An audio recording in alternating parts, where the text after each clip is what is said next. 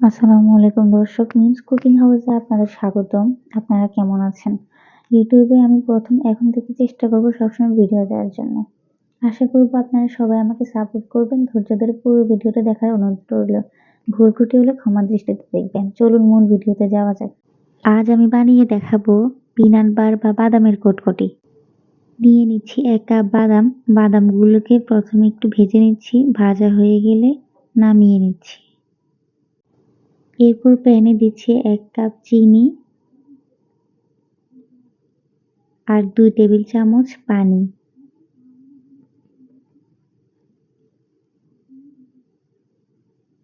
হালকা একটু নেড়ে দিব। কিছুক্ষণ পর দেখবেন চিনিটা জমাট বেঁধে গিয়েছে। এক্ষেত্রে ভয় পাওয়ার কিছু নেই। চুলার হিটে চিনি আবার গলে গিয়ে ক্যারামেল হয়ে যাবে।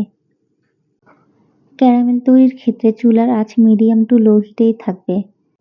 আমি আবারও বলছি, চিনিটা জমাট বেঁধে গেলে এক্ষেত্রে ঘাবড়ানোর কোনো কিছু নেই। চিনিটা গলে ক্যারামেল ঠিকই হয়ে যাবে।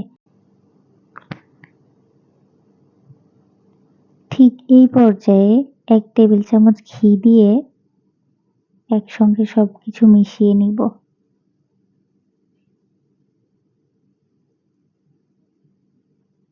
মিশানো হয়ে গেলে ভাজা বাদামগুলো দিয়ে দিব।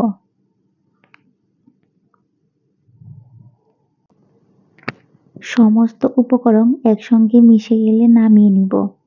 এক্ষেত্রে আগে থেকে আমি একটা ডিশের মধ্যে ফয়েল পেপার সেট করে তার উপর ঘি ব্রাশ করে রেখে দিয়েছিলাম। এই কাজটা খুব দ্রুত করতে হবে, তা না হলে ক্যারামেলটা আবার জমাট বেঁধে যাবে। সেট হয়ে যাওয়া পর্যন্ত রেখে দিচ্ছি নরমাল তাপমাত্রায় 1 ঘন্টা। ভিডিওটি ভালো লাগলে অবশ্যই লাইক, কমেন্ট, শেয়ার করবেন।